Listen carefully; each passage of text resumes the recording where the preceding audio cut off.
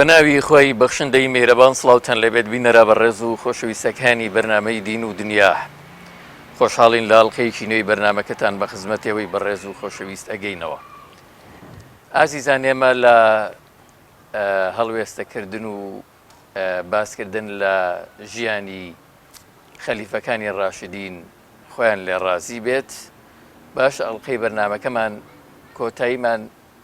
بەو زنجیرە بابەتە هێنا. بەڵام لەبەرەوەی کە کۆمەڵێک بینەری بەڕێز و داواکاریی زۆر هەبوو لەسەرەوەی ئەم جۆرە بەرنمەیە لەسەر ژیان نامەی خەلیفەکانی دواتر و چۆنەتی ئاراستەکردنی ئومەی ئیسلامی و بەڕێوەبردننی کاروباری موسڵمانان لە دوای خولەفای ڕاشدین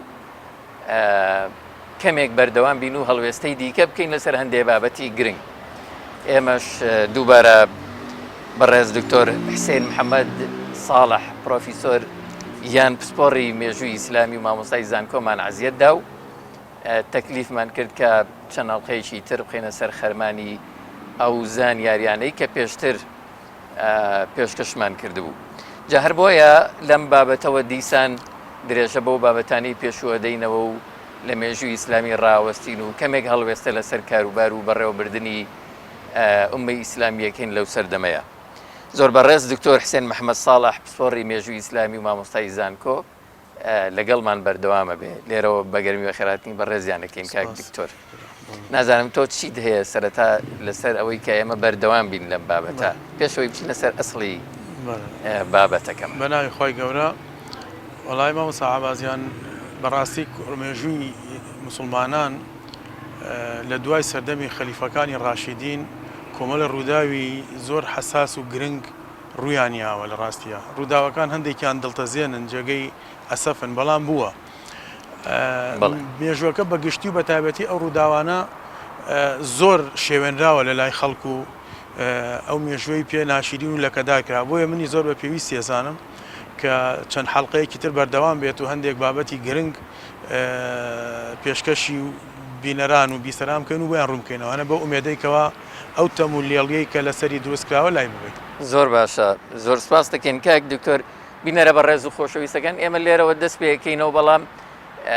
ئەم ئەڵقەیە بە تایبەت ڕادەوەستین لەسەرەوەی کە بزانین ئەو کۆمەڵەیی کە پێیان دەوترا خەواریج و زۆر کاریگەریان لەسەر ئەو قۆناغی مێژوو دانا و بوونە هۆی شەهیدکردنی ئیمامی موسڵمانان، ئیمامی عەلی کوڕی ئەبی تاالب، خەلیفەی چوارەمی موسڵمانان خۆی لە ڕازی بێت، کاریگەریان هەبوو و ئەوان شەهیدیان کرد. لەبەرەوە پێویستە ئێمە لەسەر ئەم بابەتە ڕابوەستین و بزانین خەواریجەکان کێن، کەی سەریان هەڵدا، چ کاریگەریەکیان هەبوو لەو سەردەمەیە. لەبەرەوە ئەم ئەڵقەیەش لەسەر ئەم بابەتەیە ڕائوەستین. بەڕێز کاک دکتۆر، ئێمە بە پێویستمان زانی لێرە ینی لەسەر خەواریجەکان ڕائوەستین و بپرسین یەکەمین پرسیارمان کە بزانین ئەوانەی کە بوونە هۆی شەهیدکردنی ئیمامی موسڵمانان، ئیمامی عەلی کوڕی ئەبی تاالب خوای لێ ڕازی بێ، خەلیفەی چوارەم و کۆتایی ڕاشدین،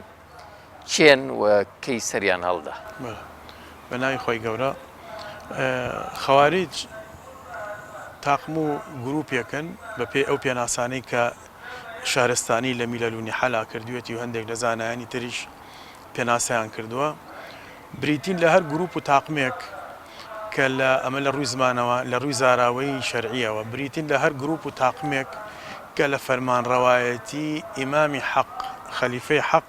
دەربچن، بە قسەی نەکەن و لە فەرمانڕەوایەتی ئەوان دەرچوون بۆ خۆیان هەڵسوگەوت و تەسەڕوفکەن. ئەمانە پێیانەوترێ خەواریج. ئەمە لە ڕووی پێناسەوە. لە ڕووی سەرهەڵدانیانەوە خەواریجەکان ڕای جیاواز هەیە لە ڕاستیە بۆ سەرەتای سەرهەڵدانی خەواریجەکان لەلایەن لە ناو مێژوونووسانە. سەرەتا هەندێک لە مێژوونووسان بەلایەنەوە وایە سەرەتای سەرهەڵدانی خەواریج وەکو فکرا ئەگەڕێتەوە بە سەردەمی پێغەمبەر عەلەیهی سەڵات وەسەلام. لە کاتێکە کە پێغەمبەری خوا عەلەیهی سەڵات وەسەلام ئەبوو سەعیدی خودری ئەیگەڕێتەوە، فەرمێ لە کاتێکە پێغەمبەری خوا عەلەیهی سەڵات وەسەلام غەنیمە و فەیئی دابەش ئەکرد،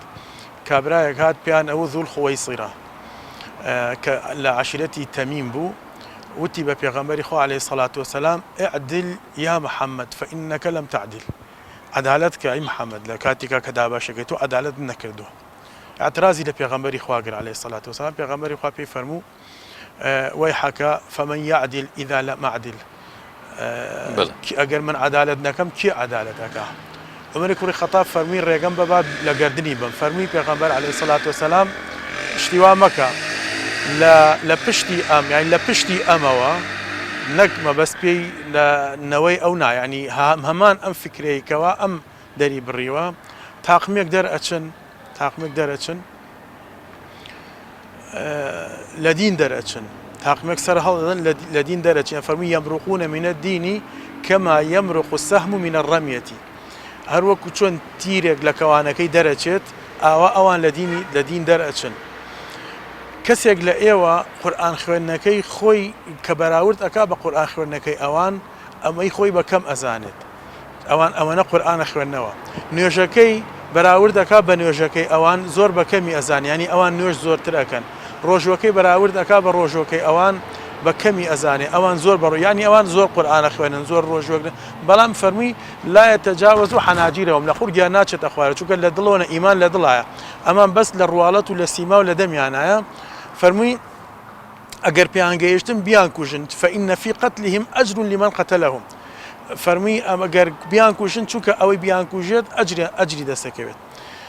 ئەبو سعیدی خودریە فەرمێ سوێن بەخوا من ئەمەم لە پێغەمبەر بیست عەلەیهی سەڵات وسەلام و لەگەڵ عەلی کوڕی ئەبوو تالیبیشا ڕەزای خوا لێبێ بەشداریم لە کوشتنیان ناکرد لە شەڕکردنیان ناکرد ینی ئاماژەکەی پێغەمبەری خوا عەلەیهی سەڵات وسەلام بەڕاست دەچوو فەرمی نیشانەکەیان ئەوەیە بۆ ئەوەی کە بیان ناسنەوە کەسێک لە ناویانە گۆیەکی مەمکی ینی پیاوێک لە ناوێنە گوێ وەکو مەمکی ئافرەت شیری لێیە یا لە باڵیا گرەیەک هەیە گرەکە شیری لێ دەرەچێت لە شەڕی خەواریج کە شەڕی هەروانی ئەوەی کە سەرپەرشتیان بکە بەڵێ لە دوای لە شەڕی نەهەروان کە کۆتایی هەژمارێکی زۆریان لێکوژرا عەلی کوڕی ئەبوو تالیب فەرمی بگەڕێن بزان ئەو کەسم بۆ دۆزنەوە دۆزیان ئەبوو سەعیدی خودریە فەرمێ خۆم بینیم نیشانەکان ئەوە بوو ئەمە ئەڵێن تەمە کۆمەڵی فەرمودەی تریش پێغەمبەری خوا عەلەیهی سەڵات وسەلام وەسفیانەکە لە فەرمودەی ترە ئەمە ڕووداوەکە بوو فەرمودەیەکی ترا فەرمێ ئەوانە پەیا ئەبن حودەثاء الأسنان سفهاء الأحلام تەمەنیان گەنجە مناڵە هەرزەکارن کە پەیا بن خەیاڵی پوچ و ئەمانەیانێ فەهم و واقعیان لە دین نییە فەهمی واقعیان بۆ دین نییە فەرمووی ئەگەر من پێیان بگەم لأقتلنهم قتل عاد وثمود ئەگەر من بگەمە ئەو سەردەمە کە ئەوانە پەیا بن وەکو عاد و ثەمود چۆن لە ناوبران ئەوە من لە ناویان ئەبەم و ئەیان کوژم فەرمودەی تریش لەو بارەوە چەند فەرمودەیەکی تریژی هەموو فەرمودەکان صحیحن لەبارەی خەواریجەوە جاز هەندێک لە سەرەتای سەرهەڵدا ئەگەڕێنەوە بۆ ذوول خۆی سیرە بەڵام ئەوانە ئەڵێن ئەوە لە ڕووی فکرەوە بەڵام لە ڕووی دەستە و تاقمەوە کە وەکو دەستە و تاقم لەکەیەوە سەریان هەڵداوە ئەمیش دوو ڕای جیاوازێ هەندێکیان ئەگەڕێنەوە سەردەمی عوسمانی کوڕی عەفان ڕەزای خوای لێبێ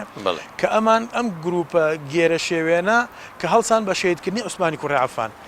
دوایش چوونە ناو سوپاکەی عەلی کوڕی ئەبوو تالیبەوە ڕەزای خوای لێبێ پاشان لە سوپاکەی عەلی کوڕی ئەبوو تالیبیش دەرچوون چوونە حەڕوورا و لەوێ خۆیان کۆکردەوانێ و دژی سوپاکەی عەلی کوڕی ئەبوو تالیب جەنگان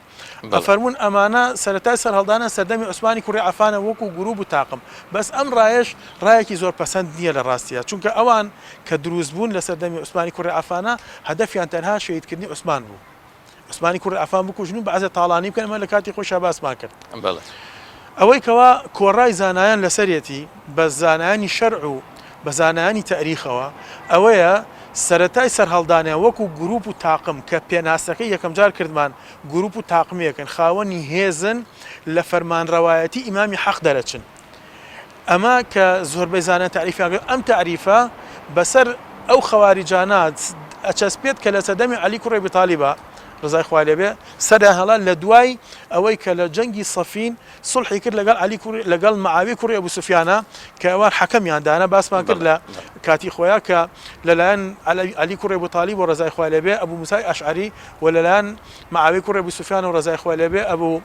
عەمری کوڕی عاس کە ئەم دوانە ڕێکەوتن و ڕازی بوون بەوەی کەوا کارەکە بسپێردێ بە علی کوڕی ئەبو تالیب و هەر کەسە بگەڕێتەوانێ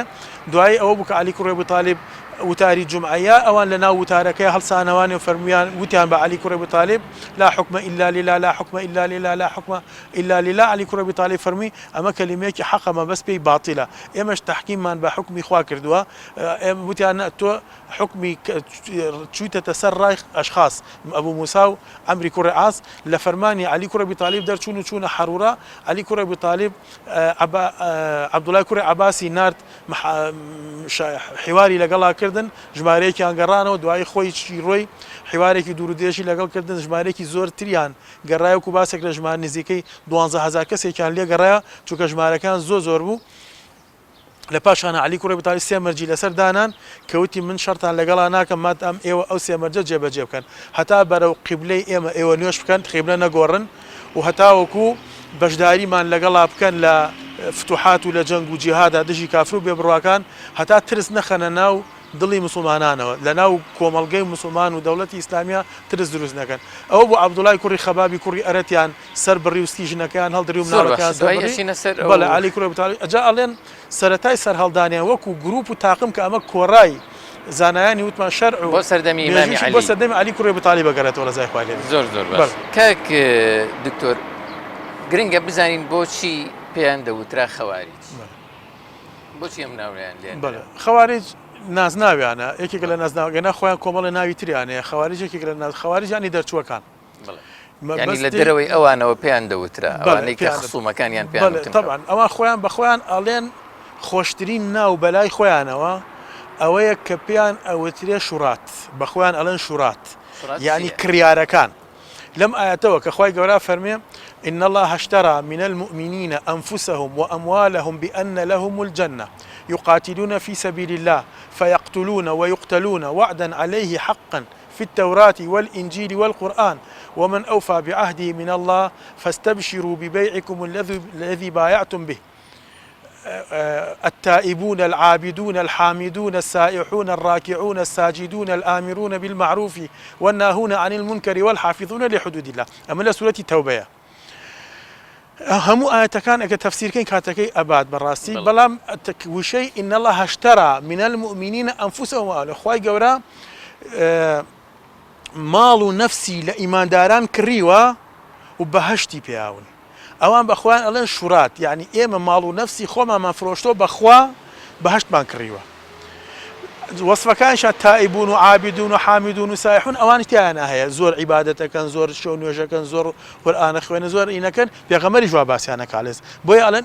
ئێمە ئەشورات بەو ناوە بەخۆیانە زۆر حەزیەتی مەسەلەی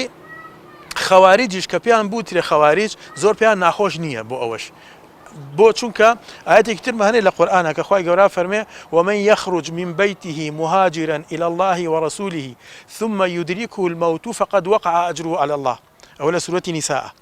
هەر کەسێ لە ماڵی وڵاتی خۆی دەرچێت لە پێناوی خوا جیهاد کات لە پێناوی خوا و بکوژرێت ئەجرەکەی لای خوایە ئەوان ئەڵێن ئێمە خارجین بەو واتایی کە لە ماڵ و وڵاتی خۆمان هاتوونەتە دەرەوە لە پێناوی خوا شەڕەکەین دژی کێ دژی کافر شەڕەکەن چونکە ئەوان علی کوڕی ئەبو تالیبان بە کافر زانی بەڵام خۆی وشەی خەواریج بۆیە ئەوەی کە جمهوری مسلمانان و ئەهلی سونە و جەماعە بە شیعەیشەوە حتا کە پێیان ئەڵێن خەواریج مەبەستیان ئەوەیە کەوا دەرچوون لە تاعەی ئیمامی حەق دەرچوون لە تاعەی ئیمامی حەق خۆی بۆ خۆی مەعسیەت و تاوانێکی زۆر گەورەیە و علی کوڕی ئەبو تالیب ڕزای خوای لێ بێ بڕیاری شەڕکردنی لەگەڵانە ژمارەیەکی زۆریشی لە شەڕەکە لێکوشتن ئەوە بەو واتایە وشەی خەواریجیان پێ ناخۆشە خۆیان بەڵام بەواتای ومن يخرج من بيته مهاجرا إلى الله ورسوله بەو واتایە پێیان خۆشە پێیان بوترێ چونکەڵێن ئێمە لە ماڵ و وڵاتی خۆمان دەرچوین لە پێناوی خوا جیهاد دەکەین بەڵام خۆشترین ناو بەلایەنەوە ئەشوراتە وەکو کە باسمان کرد فرۆشیارەکان یان کڕیارەکان بەهەشتیان کڕیوە ڕۆح و گیان و ماڵی خۆیانیان فرۆشتۆ بەخوا بەڵێ کاک دکتۆر ئەمانە کێ بوون وەکو ناو بەڵێ ینی کەسێکی دیاریان تیا بوو لە هاوڵانی پێغەمبەر لە هاوڵان نەخێر بڵێ کەس لە هاوڵانی پێغەمبەر نەبووە لە ناو خەواریجا کەس هیچ کەسێک نەخێر ئەوانە بەڵام زۆریان تابعینن تابعین بە کێوە تەمان ئەمە پێن ئەم دوو پێناسیە بکەین گوێگران بۆیان ڕوو بێتەوە سەحابە کێیە سەحابە بە کەسێک ئەوترێ کە ئیمانی بە پێغەمبەری بینی بێت ئەمە تعریفەکەیت پێغەمبەری بینی بێ یا پێغەمبەر ئەوی بینی بێت چونکە عەبدوڵای کوڕی مەکتوب کۆر بوو خۆ پێغەمبەری نەبینی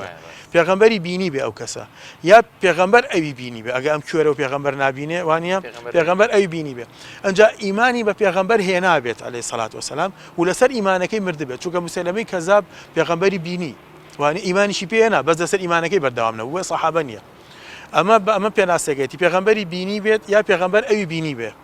ئیمانی هێنابێت لەسەر ئیمان بەردەوام بێت و مردبێت ئەمە سەحابەیە تابعین کەسێکە سەحابەی بینی بێت یا سەحابە ئەوی بینی بێت ئەمە پێوتێت تابعین ئەمانە یەک سەحابەیان تیان نییە کە پێغەمبەر ئەمانە تابعینن لە تابعین بوون سەحابە نە بەشدار بووە لەگەڵیانە و نە سەرکردایەتیشی کردوون بەڵام ئەوە کە ئەگەر ئێمە بین هەندێک لە ناوەکانی تیران باسکەین لە ناو ناوەکانیانە ناویست بەعزێ لە سەرکردەکانیان دیارە تەبەن ئەوە ناوێکی تریان هەیە پیان ئەوتری ئەلمحەکیمە ئەوانن کەوە دادوەرەکان یعنی دشی تەحکیمەکەی عەلی کوڕی ئەبوو تالیب و مەعاویە کوڕی ئەبوو سوفیان وەستانەوە بە محەکیمەش ناو ئەبرێن ناوێکی تریان هەیە کە ئەمە توندوتیشترینیان و زۆرترینیان بوون ئەزارقە ئەزارقە شوێنکەوتوانی نافعی کوڕی ئەزرەقی حەنەفی کە بە باوکی ڕاشید نازراوە ئەم نافعی کوڕی ئەزرەقی حەنەفیە سەرکردەکەیان یانی بە زۆری ئەمانە شوێنکەوتەی نافعی کوڕی ئەزرەق بوون کە ئەمانە ئەم تاقمە لە ڕووی عەدەدەوە زۆرترینیان بووە منی تویستم بڵێم خەبارەیان بەڵێ زۆرترینیان ئەمان بوون خەبارەیان زۆرە هەر لە شەڕی پێش شەڕی نەهەروان نزیکی 12000 کەسیان لێگەڕایەوە لە شەڕەکە ژمارەی زۆریان لێ کوژرا هێشتاواش بڵاویان کرد بەڵێ ئەمە جا ئەمانە ئەمەندە توموتیژن هەر کەسێک عەلیشی بە کافر نەزانی بێ ئەمە ئەویان بە کافر داناوە هەر کەسێک لەگەڵ بیر و بۆچوونەکانیان نەبوو بێ بەڵێ ئالی کافرە بەڵێ هەر کەسێک لەگەڵ بیر و بۆچوونی ئەوانە نەبوو بێ بە کافریان داناوە کاتێکە پێغەمبەر عەلەیهی سەڵات وسەلام مژدەی باشی پێدا بێگومان آخر ئەوان ئەڵێن کە خوای گەورە فەرمووە ومن لم يحكم بما أنزل الله فأولئك هم الكافرون ئەڵێ تۆ حکم بە قورئان نەکرد حکم بە قسەی ئەبوو موسای ئەشعەری و ئەمری کوڕی عاص کرد هاتی تەسەر قولی ئەوان کە لەگەڵ کە قورئانە فەرمێ ئین الحکم إلا لله حکم تەنهایی خوایە حکم نابێت بەشەر پرسم کاک دکتۆر کە هاوڵانیان لە نێوان نەبوو چۆن ئەو هەموو کاریگەریە زۆرەیان دانا و بۆ خەبارەیە خەڵکیان بەڵێ جا ئێمە لە کاتێکە کە باسی ئاژاوچیەکانمان کرد باسی ئەومان کرد کە لە سەردەمی عوسمانی کوڕی عەفانە ڕەزای خوا لێبێ فتوحاتی ئیسلامی زۆر بوو زۆر تیرە و نەتەوەی جیاجیا هاتنە ناو ئیسلامەوە ژمارەیەک لەو خەڵکە هەمووەکو بەرژەوەندی شخصی هەمووەکو بەرژەوەندی تیرە و هۆز و قەبیلە هەمووەکو بەرژەوەندی دەوڵەت کە دەوڵەتی فارس و کیسرا و دەوڵەتی جوولەکە هەمووەکو دین کە جوولەکەکان بەرژەوەندی و مەسلحەتیان لە دەستیا بەرژەوەندی و مەسلحەتی خۆیانیان کۆ کردەوە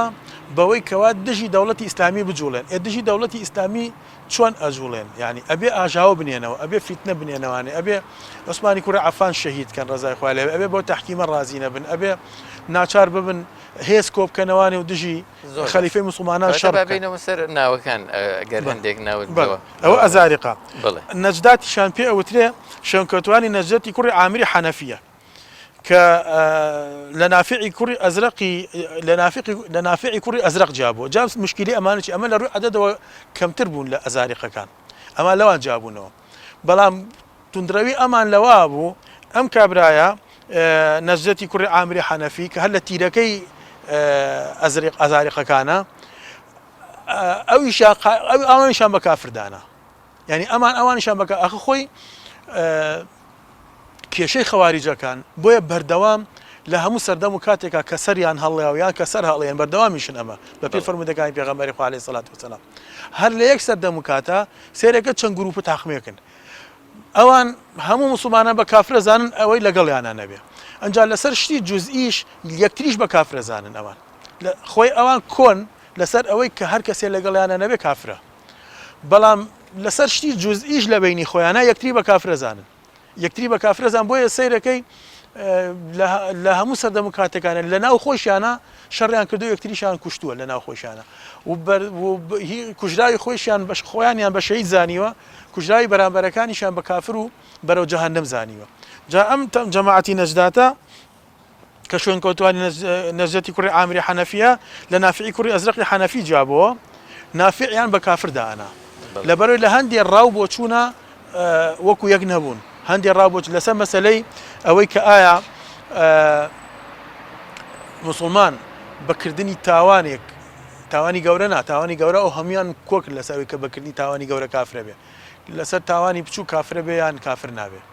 لای ئەزارێقەکان بە کافریان ئەمە بە کافریان دانا دوای ئەمان ئەوانیان بە کافر دانایوانێ لەبەرەوەی وەکو ئەمە بیر ناکە یان خلافێکی تر لە بینیانە ئایا مناڵی کافر ینی ئەوەی کە گوناهی تاوانەکە بۆ نمونە عەرەق ئەخواتەوە بۆ نمونە ینی گوناهێک لە گوناها گەورەکان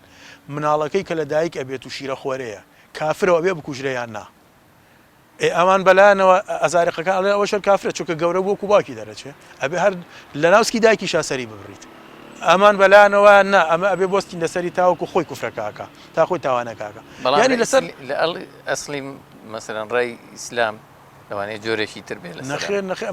ئەمانە دەرچوون لە دین ئەمەیە ینی غلو زۆر ڕۆیشتن لە دینا ئەمەیە لە ئیسلامە تاوان کابرا تاوانەکە لە بەرامبەری تاوانەکە سیمایەک لە سیمایەتەکانی ئەکتوانین هەمووی کۆکەینەوە لەوەی هەمووی غلووە ینی ڕۆچوون و زیادە ڕۆیی بێسنوور ینی هەتا ئەم دەرەجەیە تۆ مناڵی شیرە خۆرە لەبەروی باوکی کافرە تۆ بێ پێغەمبەری خوا عەلەیهی سەڵات وسەلام عەبدوڵای کوڕی سەلول کە گەورەی منافقەکان بوو ڕازی نەبوو بکوژرێ نوێژی لەسەر کرد داوای ئیستیغفاری بۆ کرد ئەی چۆن تۆ بێ لەبەروی کابرا تاوانێکەکە کابرا زینای کرد لە سەردەمی پێغەمبەر عەلەیهی سەڵات وسەلام پێغەمبەری خوا توتی من زینام کردووە گوێی لێم کرد وتی وان ڕووی کرد بەولا جارێک وتی ڕووی کرد بەولا جارێک دوای وتی نا تۆ لەوا چل لێوتێک چوو بێ زینا نەکردو ئافرەتەکە وتی بەرەوەڵا زینایشی کردووە سکیشی پڕە حامیلێشە وتی دەبڕۆ با مناڵەکەەوە بێ هاتە وتی ئەوە مناڵەکە وتی بڕۆ با هەمە هەدەفیەوە بوو ئیجرای حکم نەکا لەسەری نەک تۆ ئەمە بەس ببیستن کابرا نەک زینای کردەوە کافریان نەک زینای کردووە نەزەرێکی کردو یەکسەر لە کافرەوە یەکسەر بیشی کوژاڵە لەسەر نەزەری کردووە یەکسەر کافرەوە یەکسەر بیشی کوژە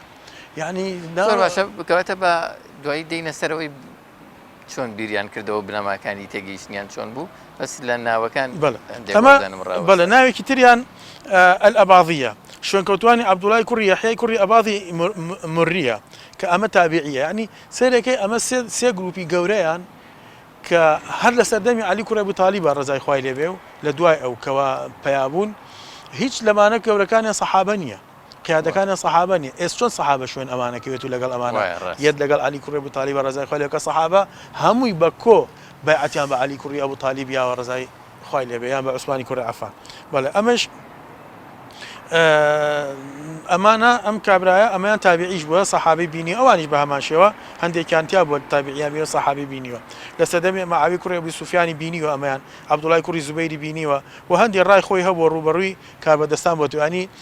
دژی ئەوان وەساوەتەوەن بە کافری زانی و نوێنی کردووە ئەمە وەکو ناو ئەم ناوانەیان زۆر دیارە وەکو نازناو ئەوە خەواریج ئێمە باسمان کرد ئەوان پێیان ناخۆش نییە پێیان وترێ خەواریج لەبەرەو ئاەتە یان حەروریەشیان پێ ئەوترێ نیسبەتەن بۆ ئەو شوێنەی کەوا لە سوپاکەی عەلی کوڕی ئەبوتالیب دەرچوون چوونە مەنتیقەی حەرورا لە نزیکی نەهرەوان لەوێ کۆبوونەوانەیە بە پێ نیسبەتەن بۆ شوێنەکە بەڵێ ماریقەیشان پێ ئەوتریانی ترازاوەکان نەواسیبیشان پێوتە جا بەسەر لەسەر مەسەلەی نەواسیب خوا حەزەکەمین بێ الماریقەیانی دەجێت لە حەدیثەکەی کە فەرمی یەمرقون من الدین کەما یەمرق السهم من الرمية لە دین دەرەچن وەکو چۆن تیرێک حتا پێغەمبەر فەرمی عەلەیهی سەڵات وسەلام ئەمەندە بە تومنی لە دین دەرەچن ئەمەنە بە خێرایی لە دین دەرەچن چۆن تۆ تیرە ئەفەرمێت تیرێک کە ئەنەی بە نێچیرێکەوە ئەگەر کەوانەکە زۆر بەقوت بێ و نێچیرەکە نزیک بێ ئەفەرمێ کە تیرەکەت لێ ئەیاد لە نێچیرەکە و ئەم دیودی کونیەکە نوکی تیرەکە هیچ ئەسەرێکی خوێن و گۆشتی نێچیرەکەی پێوە نییە پەڕی پشتەوەی نێتیرەکە هیچ ئەسەرێکی خوێن و گۆشتی نێچیرەکەی پێوە نییە ئەبەم شێوەیە ئەمان بەخێیانی ئەمەندە بە خێرایی دەرەچن هیچ ئەسەرێکی دین و ئیمان پیانەوە نامێنە بانوێژ ڕۆژشکەن بەڵام ئەسەرێکیان پێوە نامێنێ دقیق پێغەمبەری خوا عەلەیهی سەڵات وسەلام وەسفی کردووە الماریقە یەمرقون من الدین یعنی هیچ ئەسەرێکی و ئاسەوارێکی دینە پێ نامێن جگە لە ڕواڵەت نەواسیبیشیان پێ وترێ نەواسیبانی پیلانگێڕەکان ئەمە بە خەواریجەکان بەس ئەوەی کە جێی داخە ڕافیزەکان بەس ئەهلی سونە ئەڵێن نەواسب ئەوان ئەڵێن ئەمانە ناسیبین فێڵ و تەڵەکە و بە کوردەواری بڵ کڵاویان کردوەتە سەری عەلی کوڕی ئەبوتالیب لە کاتێکا کە لە سەقیفەی بەنی ساعیدا نانێشت ببێ بە خەلیفە و دوای ئەبوو بەکر تەوسیە کرد بۆ عومەر و نەیەش بێ بە خەلیفە و عومەر ئەو شورای دانا و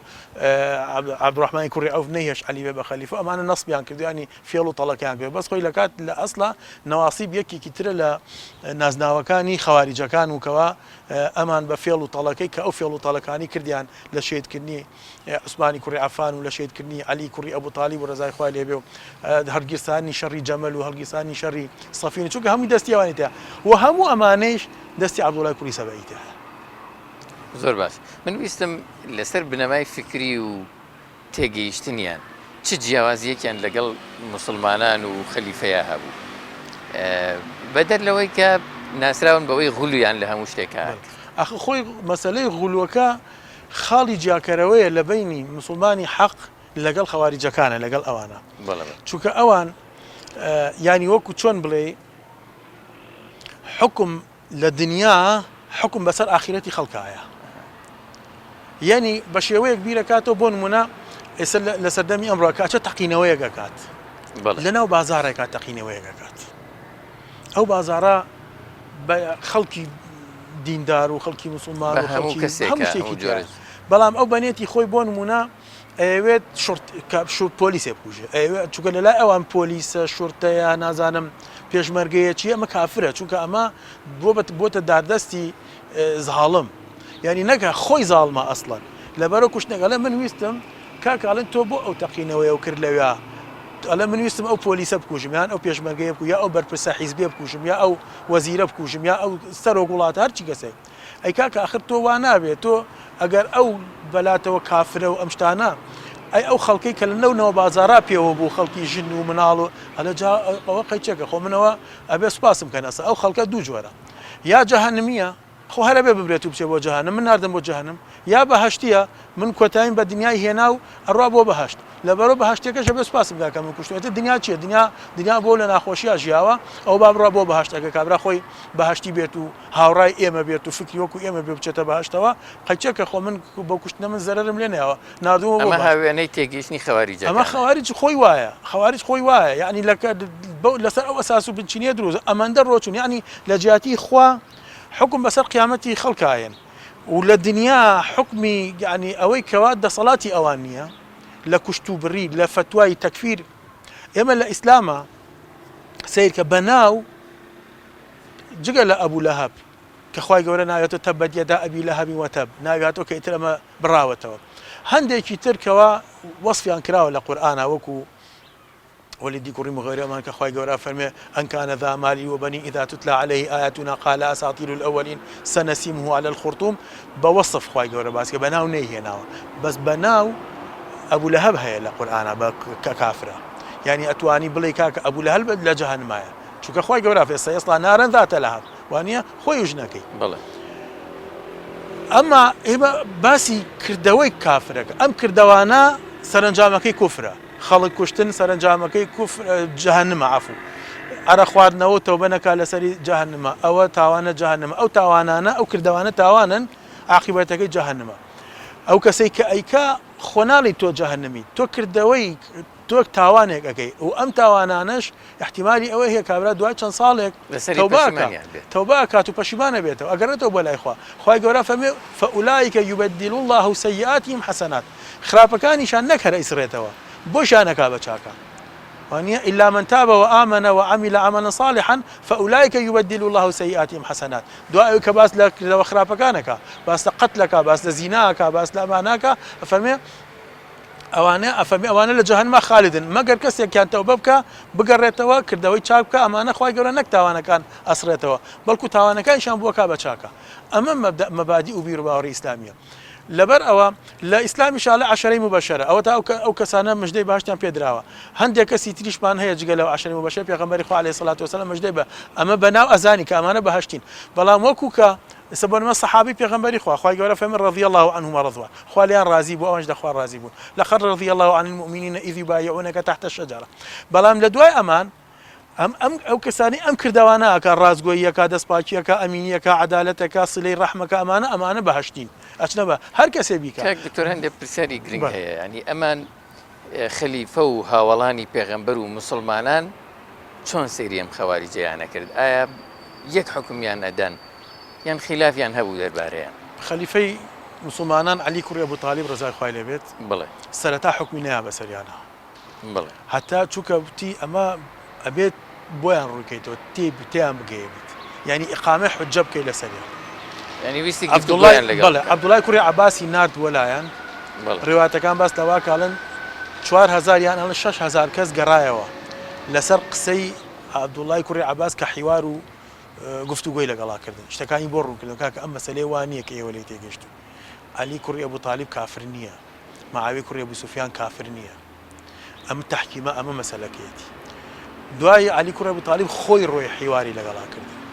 ژمارەیەکی تریان گەڕایەوە بە هەردووکان کە ژمارەکان گەڕانەوە ئەڵەن نزیکەی 12000 کەس لێیان گەڕایەوە پەشیمان بوونەوە هاتەوە ناو سوپاکەی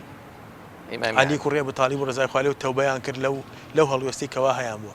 دوای ئەمە ئەنج علی کوڕی تالیب و ڕزای خوای لێ مەرجی لەسەردانە یعنی هێشتا هەر بڕیاری کوشتنیانی نەیە ئەو سێ مەرجەی کەوا یەک دوو جار باسمان کردن دوای ئەوەی کەوا مەرجەکەیان شکان علی کوڕی ئەبوو تالیب و ڕزای خوای لێ فتوای لیان فتوای فەرمی ئەمە خارجەکان ئەبوو سعیدی خودریش کە عەرزم کردی وتە فەرمودەکەی گێڕایەوەتی سوێن بەخوا من ئەوم لە دەمی پێغەمبەر بیست عەلەیهی سەڵات وەسەلام لەگەڵ علی کوڕی ئەبوو تالیبیشا بەشداریم کرد لە شەڕکردن لەگەڵیانە و ئەو کابرایشمان دۆزیەوانە کە گۆی شیری ئەیا یان سەر یان باڵی لوەیەکی هەبوو شیری ئەیە ئەوەیشم بینی لە ناکوژراوەکانە بەڵێ بۆیە ئەو بەو شێوە فتوایە لەسەریان لە هەر سەردەم و کاتێکی ترا ئەم خەواریجانە سەریان هەڵا بێت دەسەڵاتی ئیسلامی لەو کاتە بە هەمان شێوە هەڵسوکەوت و تەعاملی کردووە لەگەڵیانە حیوار و گفتوگۆ پەشیمانکردنەوەمانە و دوای گەر ناچار بوو بێتن شەڕ کراوە لەگەڵ یانە و ئیناکردن بۆیە بەردەوام خەواریجەکان ئیمامی معاویەش بە هەمان شێوە سەیریەکردن ئاخر ئەو کاتە مەسەلەن ڕیزی موسڵمانان دوو بەرە بوو بەرێک لە ئیمامی عەلی و بەرێک لە ئیمامی معاویە لەو سەردەما لەگەڵ معاویە کوڕی ئەبوو سوفیانە هیچ شەڕێک نەکرا لەگەڵ سوپاکەی تا علی کوڕی ئەبوو تالیب لە ژیانە بوو علی کوڕی ئەبوو تالیب ڕزای خوای لێبێت کە خۆی لە ژیانە بوو یعنی چۆن بڵێ لە ناوی بردن وەکو گروپ و دەستە و تاقم نەیهێشتن بەڵام وەکو ئەفرادمانەوە ئەوە بوو هەڵسان کردەوەی تیرۆریستیان ئەمجارە ئەنجامێ بە زاراوەی ئەمڕۆ اختیالاتیان نەکرد علی کوڕی ئەبوو تالیبیان ڕزای خوای لێبێ شەهید کرد معاویە کوڕی ئەبوو سوفیانیان برینار کرد ئەو چون ئەمری کوڕی عاس کوژن بەڵام کەسێکی تریان کوشت لە جیاتی و کابرا لێ تێکچوو دوای ئەوە سێ جار محاولەی کوشتنی حەسەنی کوڕی عەلییان کردو کە ئێمە ئەگەر باسی سەردەمی حەسەنی کوڕی سێ جار محاولەی کوشتنی حەسەنیان کردو دوو جاریان بە برینارکردن لە سەردەمی ئیمامی عەلی خۆی لێ ڕازی بێت یعنی کۆتاییان پێ وەکو فێرقە و تاقم با بۆیە بە درێژایی حکمی مەعاوێش وەکو فێرقە و تاقم دروست نەبوونەوە وەکو فێرقە و تاقم و سوپا و بەڵام هەبوون بەڵێ هەبوون وەکو ئەفراد وەکو چۆن بڵێ بە زاراوی ئەمڕۆ شانەی نووسوو وەک کاری تیرۆریستی و کاری تێکدەرانە دوو جار حەسەنی کوڕی عەلییان برینار کرد و جاری سێمیش بە ژەهر خواردیان کرد و خۆیشیە فەرمێت دوای بە زیاتر باسیەکەین بە حسەینی ئەو ئاخر جار کە ژەهر خوارد کرا فەرمی بە حسەین فەرمی من چەند جارێکی تری ژەهرم پێدراوە بەڵام ئەم جاریان زۆر کاریگەرە من نامێنم لە ژیانە ئەم جاریان ژەهرەکەی زۆر کاریگەر بوو یعنی ئەمە هەمووی خەواریجەکانە ناوەکانیان هەیە کە ئەوانیان هەمووی وەکو گروپ و دەستە و تاقم نەمان بڵێ بەڵام وەکو ئەفراد ویستمە و پرسیارە بکەم ئەتوانین لەم سەردەمەیە بڵێن جۆرێک لە جۆرەکان خەواریجی مۆدێرنمان هەیە خەواریجمان هەیە یان نیمانە یان بێگومان زۆر بە سەراحەت و زۆر بە ڕاشکاوانە هەیە ئێمە پێناسەکەمان هەیە بەڵێ لەوا چه کەسێ بڵێ جاکوا ئیمامی حەق و هەتا بڵێ لە ئیمامی حەق دەرچوو بن بڵێ ئەو بەشی پێناسەیی نا ئەڵێ بەشی دووەمی پێناسەکە ئەفەرمێ هێز و دەسەڵاتیان هەیە ئاژاوە بشێوی ئەنێنەوە خەڵک بە ئاسانی کافر ئەکەن ڕۆچوونیان لە دینا هەیە کوشتنی خەڵکیان لا ئاسانە ئەمە هەمووی پێناسەیە گروپێکیش هەمووی وەصف و پێناسەیە بوویان بۆیە سەیرەکەی لەمڕۆوە لەو گروپ و تاقمانە هەن پێویست ناکە ناویان بێنین بینەران هەمویان ئەزانن ئەوانەی کە چۆن زۆر بە ئاسانی تەکفیری خەڵکەکەن زۆر بە ئاسانی ماڵ و سەروەت و خوێن و ناموسی مسلمانان حەڵالەکەن پێغەمبەری خوا لە وەسفێکی ئەفەرمێ یەقتلون ئەهل الئیسلام ويدعون أهل الأوثان هو صفتك أهل مسلمان كوجن بلا وثني كان ناكوجن وثني بتبرستكان ناكوجن لكاتك سيركي جروبة تندروكاني كوا لە عێراقا کە سەریان هەڵا لە 2014 و ئەمانە بەدواوە سێرەکەی ئەو ناوچانەی کەوا ئەهلی سونە و جەماعە بە زۆری تایەتی هەمویان کاول و وێران کرد هەمویان لە ناو برد هەموو خەڵکەکەیان ینی قەت و عام کرد یعنی بە شێوازێک جەماعەتی ئەزاریقەکان ئەگەر کەسێ بچوایە بۆ لایەن تاقییانە کردەوە بۆ ئەو بزانن بەڕاستی لەگەڵیانایە دیلێکیان ئەیا پێی دیلێکی موسڵمان بەس هاوڕای ئەوان نییە ئەی وەرام دیلەمان بۆ بکوژە ئەمە کافرە ئەگە بیکوشتایە ئەوان قوبوڵیان نەکرد بەڵێ پەسەندە نەیکوشتایە خۆیان نەکوشت ئەن تۆ بە فێڵ هاتوتە ناومان ئەم حاڵەتە لە عێراقا ڕوویە من برادەرەمە بوو لە ئەمبار ئەم ناسی لە ساڵی 96 و 97وانە برادرم و چوومەتە ماڵی ئەمانە دوای لە دوای 2002 هەواڵیم پرسی لە برادێکی کە وتی وڵا هین بوو کوشتیان کێ کوشتی ئەو جەماعەتە توندڕەوانەی کە دەستیان گرتووە بەسەر ئەمبار و فەلوجە و مووسڵ و ئەمانە بۆچی کوشتیان وتی وەڵا هین بوو لەو باڵادە ئەمە بەیعەتمان پێبەی ئەویش وەروەوتی باشە کاکە لە ناچارە بەیعەتێتی دەبێ کەسەمان بۆ یەکیان بۆ هێنا برادەری خۆی کە چەند ساڵ بێ بیکوژە چونکە ئەمە بەیعەتی نایەوە ئەوتی من چۆن ئەیکوژم تێدێ کاتە تۆش کافروتی هەردووکانەوە یەکە کوشت یعنی ئەمە لە سەردەمی ئێمە ئێستا ئەژین و لە چوادۆربانە لە کۆتایی بەرنمەکەی ئەو بە کورتی ئەمانە چ کاریگەریەکیان لەسەر ئیسلامی ڕاستەقینە و تێگەیشتنی ڕاستەقینە لە بەرنامەی خۆیە بەڵێ ئەمانە گەورەترین کاریگەری نەرێنیان لەسەر دینی ئیسلام و دەوڵەتی ئیسلامی داناوە بەوەی کە بە ناوی دینەوە ئەوان بە ناوی زۆر ڕۆچوون لە دینە بە ناوی زۆر نوێشکردن زۆر عیبادەتکردن زۆر ڕۆژوگرتن زۆر قورآن خوێندن سیمای موسڵمانەتی تەمسیلی بەحسابی خۆیان تەمسیلی ئیسلامەکەن و ئیعادە و مەجدی خلافەتی ئیسلامیەکەن و بەڵام خەت و عامی خەڵکەکەن ئەمە خەڵک لە ئیسلام ئەتۆرێنێ بۆیەش ئەبینین زلهێزانی دنیا ئەمریکا و ئەوروپا و ئەمانە بەڵێ لەلایەک هاوپەیمانی دژی توندڕەوەکان پێک ئەهێنن لەلایەکی دیش چەک و تەقەمەنیان ئەهێنێ لەلایەکتر ئەیان گوێزنەوە لە شوێنێک ئەمە بەدزیەوە نامە تۆمەت نییە من بۆیان دروستکەین زەمینەیان بۆ خۆشەکەن بۆچی بۆ ئەوەی کەوا خەڵکی بڵێ ئەمە ئیسلامەکەیە خەڵکی لە چونکە ئەوان تۆقیون لەوەی کەوا ئیسلامی ڕاستەقینە